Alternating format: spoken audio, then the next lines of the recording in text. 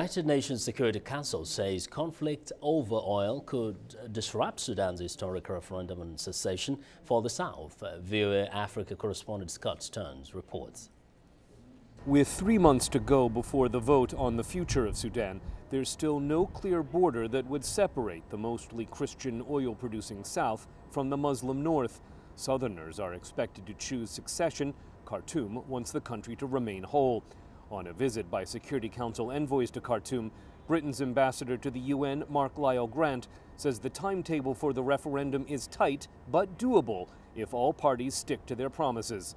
There is an urgent need for successful peace process.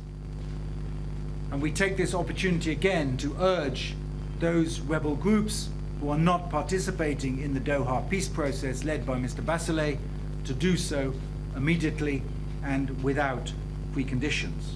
One of the biggest issues remains the contested oil-rich region of Abyei, where both sides accuse the other of building up troops as the referendum approaches.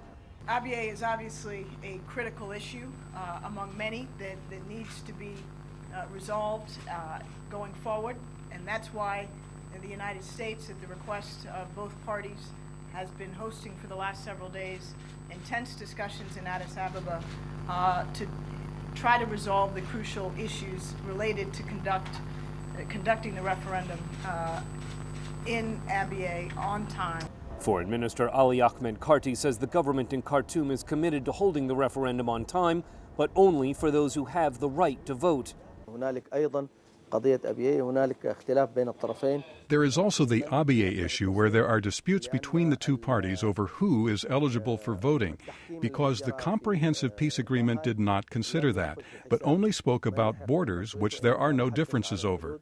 The United Nations is deeply involved in the process of this referendum, with more than 10,000 peacekeepers in Sudan, not counting its joint mission with the African Union in Darfur.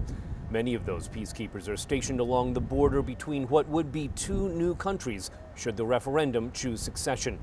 Scott Stearns, VOA News, Niamey.